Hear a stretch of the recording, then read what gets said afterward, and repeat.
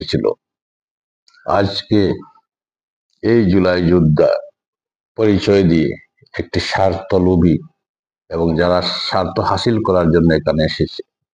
আপনি খোঁজ করে করে দেখুন, যারা প্রকৃত যোদ্ধা ছিল, নিঃস্বার্থভাবে এই যুদ্ধে অংশগ্রহণ করেছিল, ওরা কিন্তু নেতৃত্বে নেই। নেতৃত্বে কারা এসেছে? যারা তাদের প্ল্যানিং নিয়ে, স্বার্থ হাসিলের জন্য এসেছিল, আজকে তারা এই দেশে ঘুরে বেড়াচ্ছে। আপনারা জানেন, এখানে কেউ কেউ মন্ত্রণালয়ে বসিয়েছে এই দেশের মানুষ। এই মন্ত্রণালয়ে বসার পরে কেউ রয়েছে, আবার কেউ অব্যাহতি দিয়ে নতুন দল গঠন করেছেন। কেন করেছেন? এই দেশকে পরিচালনা করবে, দেশে নেতৃত্ব দিবে, সুন্দর একটি দেশ গঠন করার জন্য।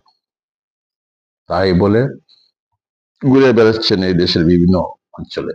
সেখানে গিয়ে বলছেন আমাদের দলে কোনো চাঁদাবাজ নেই, চাঁদাবাজের ঠাঁই এনসিপিতে হবে না।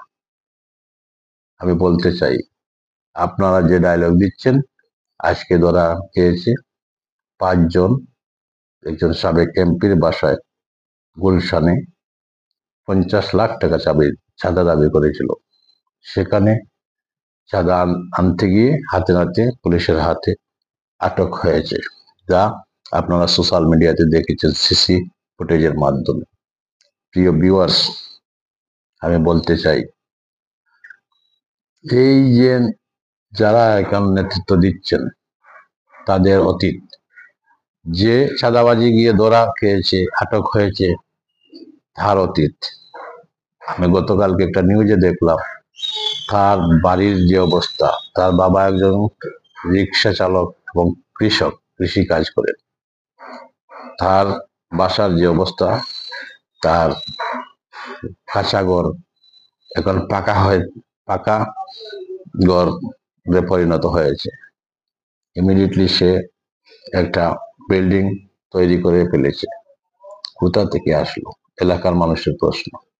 শুধু সে নয়, যারা এখন নেতৃত্ব দিচ্ছে, তাদেরও পিছনে একটু ফিরে তাকিয়ে দেখুন, তাদের ব্যাংক ব্যালেন্স খুঁজে বের করুন। লক্ষ লক্ষ টাকা থেকে কোটি কোটি টাকা তাদের ব্যাংক অ্যাকাউন্টে রয়েছে, এবং তাদের বাড়ি গাড়ি কোনো কিছুর অভাব নেই। এত টাকা কোথা থেকে আসলো? কোন ব্যবসাতে? ওরা এই 13 মাসে কোন ব্যবসায়ী কোটি কোটি টাকার